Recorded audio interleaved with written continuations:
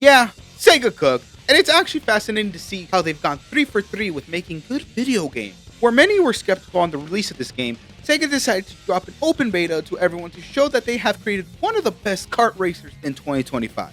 It's very interesting to me how this game was being doom posted online, talk about how it was gonna fail, especially when people compared it to the reveal of Mario Kart World. And I will say that the skepticism is valid when it comes to CrossWorlds, as the previous racing games from Sonic, Team Sonic Racing, basically fell flat on its face.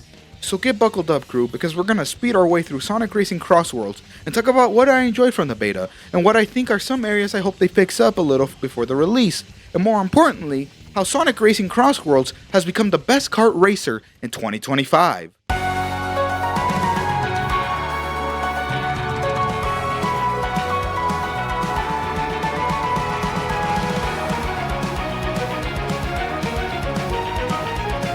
Sonic in racing sounds like a mix that should work, considering that the Blue Blur himself is all about speed.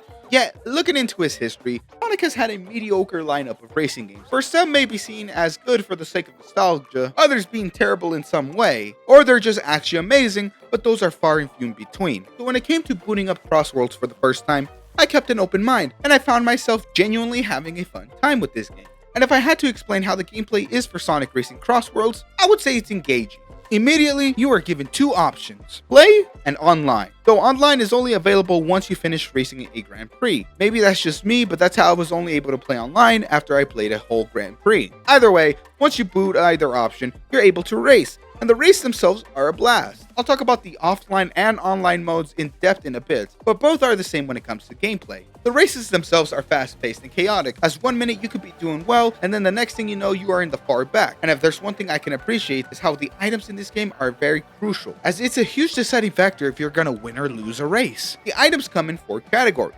defense, attack, hazard, and acceleration, all having unique results when playing them. Each one is helpful in their own respective right, but one thing I've noticed is how rare the defense items are, which personally I think is great, because it really makes you conserve your items for crucial moments, as if you're left defenseless in the front, then you're guaranteed to lose that spot and most likely end up in the back of the line. The acceleration items are fun to use, especially the zip and drill wisps, as they give you an edge on catching up if you're falling behind. Attack items are actually helpful too, but if I'm being honest, my favorite item by far is the monster truck, as it helps you gain some spots by crushing people in front of you. Now mix that with the gadget feature, and it really levels out the game's skill gap, as everyone is using different perks to assist themselves in each race. Which, I find the strat so funny to use the monster truck gadget at the beginning of the race and just rage bait people right away. And I'm not gonna lie, I'm guilty as charged to doing this as well, because I just find it really fun to do. And speaking of fun, the gadget feature in this game is an interesting mechanic that I think works well for the game itself. When you start playing, you are locked out of the feature, but the more you race, the more you unlock each gadget icon to utilize the perks of each gadget. You have some gadgets that affect how you gain rings, some that assist you when racing like doing tricks faster, there's even gadgets that help you with charging your drift boost faster, giving you better stats on your class, and gadgets that benefit your items and class that you're racing as. What makes this fun is that you have an endless amount of sets to make, as you are only giving a max of 6 slots to put gadgets on. And each gadget will have a number over it to indicate how many slots it takes up, meaning that you really have to plan out what kind of assist you want to give yourself for each race.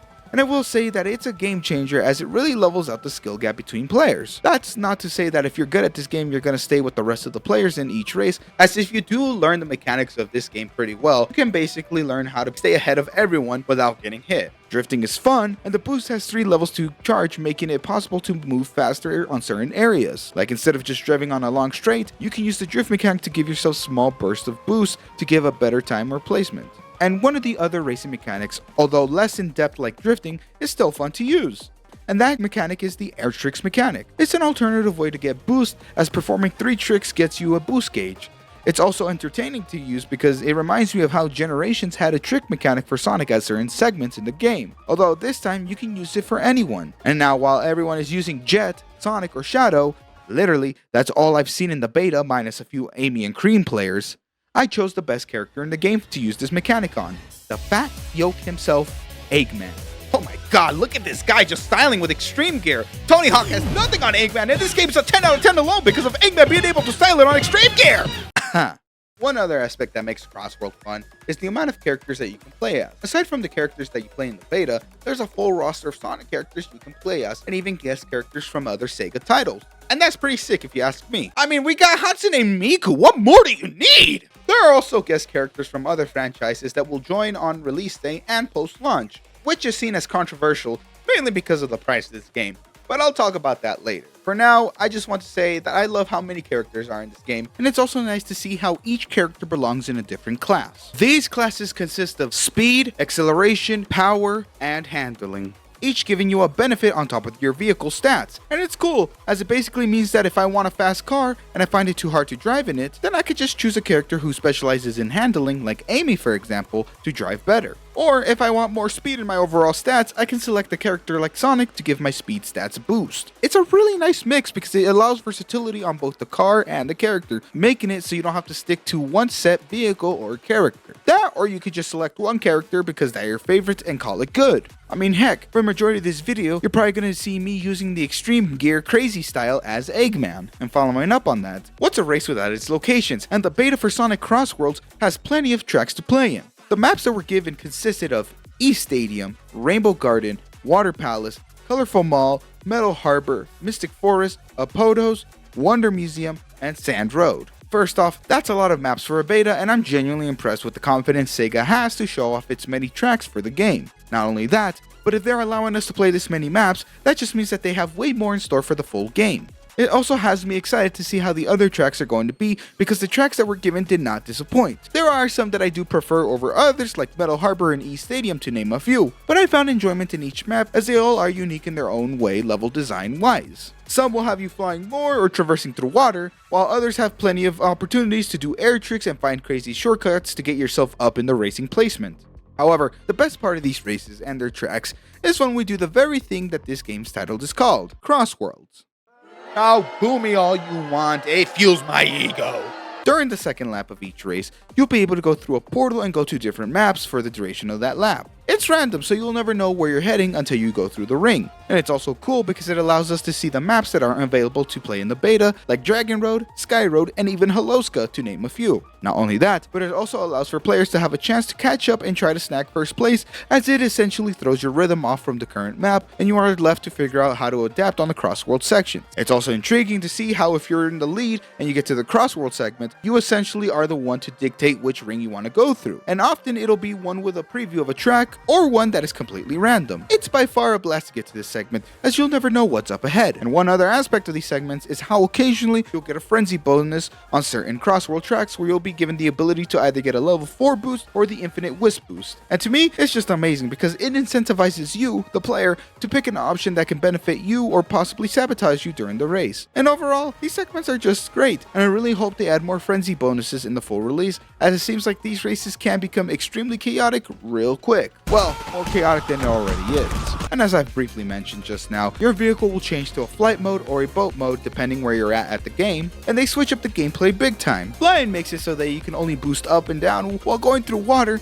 you can only boost upwards to get more airtime to do tricks. It's a mechanic that's been here before since Sonic Racing transformed, but I do think they definitely improved it here by giving each segment its own mechanic system, instead of just making it a regular road race but in air or in water. Granted, I do have minor gripes with it too, but more on that later. Finally, the last thing that was great about the game was the music. Although I've seen online many have a distaste for these tracks, especially the opening, I actually find these soundtracks a blast to listen to. And in my honest opinion on the matter of the opening, I say that if you find the opening bad because it's corny, then I have no idea what to tell you about every other Sonic game, where most of the time these intro songs are a little corny in their own respective way. Even then, we're talking about a game series about a hedgehog and his friends fighting an egg. But moving back to the actual game's soundtrack, the music is actually good. Some tracks like Rainbow Garden feel upbeat and thrilling due to its rock instrumentals, while some other ones like Apodos and Sand Road have a funky trap beat to them, and it honestly works well for remixes. Dragon Road, although it wasn't a full map in this beta, is fun to listen to as the remix is fast-paced and energetic. And maps like Wonder Museum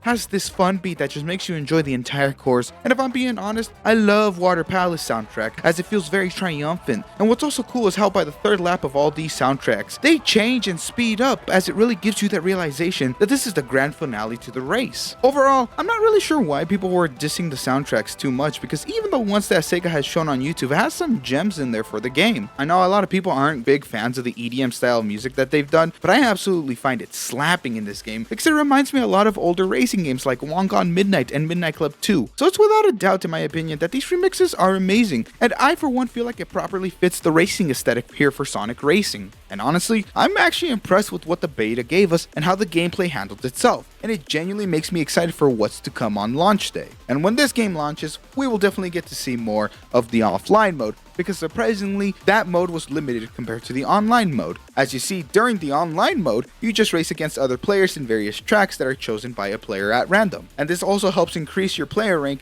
after each race. You go from E- all the way to legendary status, and there's also a small waiting room where you can see yourself and other players and basically emote and customize both your vehicle and gadgets before the next race starts. It's a neat little waiting room, so I don't have much to say on that except for the fact that I wish I wasn't cut off from the customization whenever a match is found, because now I have to select the map and then go back to customizing.